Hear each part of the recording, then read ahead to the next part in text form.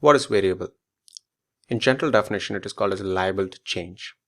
But if you look at from the perspective of a mathematical definition, it says a quantity where the context of the quantity can be changed throughout your course of mathematical statement. Coming to a programming language definition, it is a symbolic name given to a computer memory location. So how do we understand this concept? So I'm going to take you through a diagrammatic approach where you can get the glimpse of how this variable is actually helping us in order to access a stored value in a memory. Here I have a symbolic name called A, and I have a memory where a value called 100 is stored in it, and this memory is actually going to represent a memory address. Why do we need a memory address?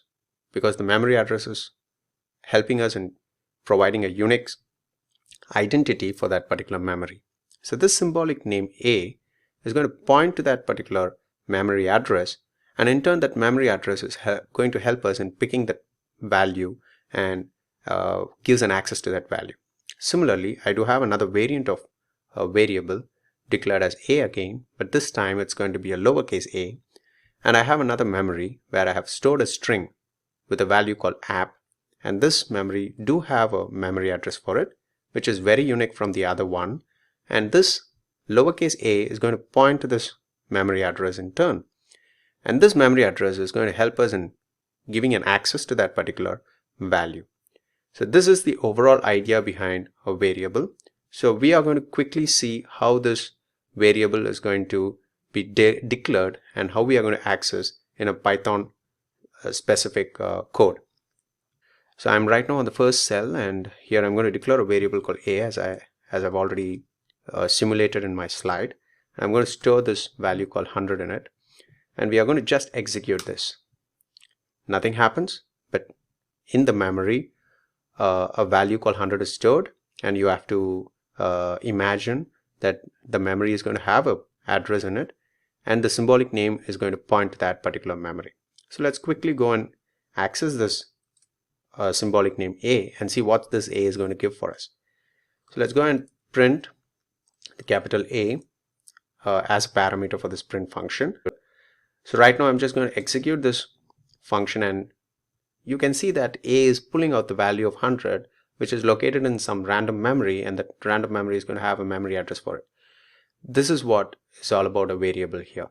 To be more simulated, let's take this couple of code written in a simulated environment like Python tutor, and I'm going to declare a variable here again as A and assign a value called 100 and try to print the value of that A and see what's going to happen visually. So let's switch on the visualize execution environment. Now you can see I'm running the Python script under the 3.6 version, and here you can see the existence of that variable A, which is pointing to the value of 100. So this line is actually called as a declaration and initialization. We have initialized a value called 100 to this variable called A. Now I'm going to print the A and see what's the value for that A. It's the same as what we did in the Jupyter notebook, but this is in a simulated environment. You will get a step-by-step access of those code, and equivalent to that execution of that step-by-step code, you also see a parallel visual generation of the code. So let's hit next button. Now you can see there's a global frame got created, and there is a memory, and in that memory the value 100 is stored, and this 100 is actually represented by the variable called A. If I'm going to print it, it's actually printing that value called 100. So how this happens?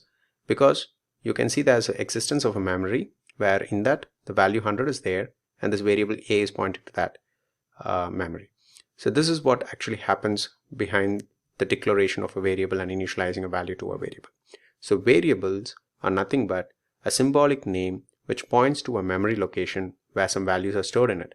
And later point of time, if in case you want to access the value, you can represent the variable name in order to access the value, or if you want to change the value in that particular memory, indeed you can do it with the help of this variable, and the symbolic name is going to help you a lot in order to manipulate the value in that particular memory.